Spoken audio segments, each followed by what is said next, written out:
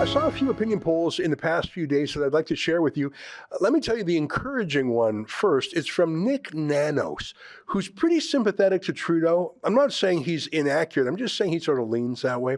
I'll let him do the talking. Here's his headline: Trudeau at 8-year low in preferred prime minister tracking, while Poilievre at 8-year high for a conservative leader.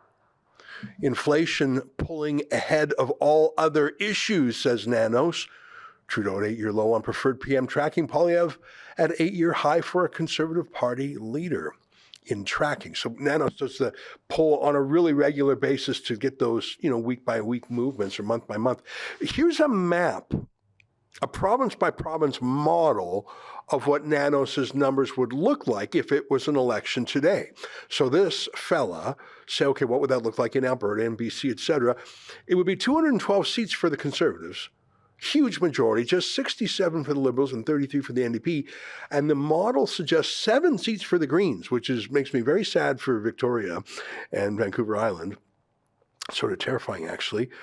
19 seats for the Bloc and almost 1 for the People's Party in Portage Lisgar. But the difference between almost 1 and 1 is enormous.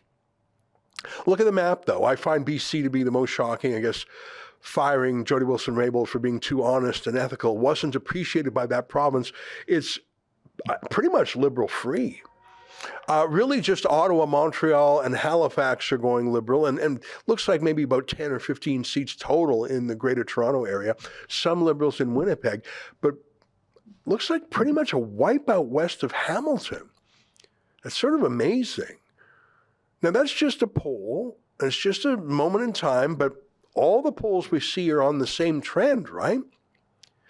Here's another slide from a recent Nanos poll. It measures issues: inflation, cost of housing, jobs. Those are the top 3 issues they test, but really, aren't those all versions of saying the same thing? How's your job going? Can you afford things? How's inflation? How's your cost? So that's all the same bundle, don't you think? So the blue lines there are what people said last month. Green is what people say this month. So you can see all the cost of living issues have really grown in just 1 month. But look at the environment, though. Now, I'm not against the environment, clean water, clean air, clean soil. Everyone wants that. But I think these days all Trudeau talks about is global warming and carbon taxes. And on that, nobody cares. That line is plunging, isn't it? Global warming, talking about stuff that's imaginary. I know what clean drinking water is, dirty air. If we didn't have those, everyone would be worried. But puffs of CO2 in the air, no one can afford that luxury concern anymore. Certainly not when they're being reminded that Trudeau thinks he can solve that problem with a higher carbon tax on you, as if that will dent the world's carbon dioxide emissions, half of which come from China. I note that terrorism concerns have doubled from 1% to 2%, still very small but growing. And remember, much of this poll was taken before the terrorism in Israel. I guess having street marches of masked men calling for Hamas-style intifadas here, well, that can make some people nervous. So that poll gave me some hope. But remember, an election could be up to 2 years away if Trudeau really wanted to stretch it. And you know how the media will work hard on getting every NDP voter to strategically vote for the Liberals. ABC, they'll say. Anybody but the Conservatives, anybody but Poilievre, they'll say. And we haven't even begun to see how explosively biased the CBC state broadcaster will be. I mean, they're awful to begin with, but they know that Poilievre will defund them. They know this could be their last election if they don't stop him. So that Nanos poll gladdened my heart a bit. I look forward to more polls that touch on immigration, by the way, from both a housing cost point of view and a violent extremist point of view. I mean, how does this make you feel? 1 million unvetted migrants a year? Maybe we ought to hit pause on that. I think people are worried. They're just not asked that question by pollsters.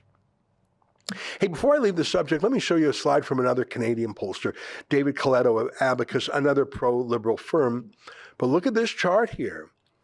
Pretty much the most people ever saying they disapprove of Trudeau, more than 50%, and only 27%, almost exactly half as many saying they approve of Trudeau. But look at where the lines really start to split apart.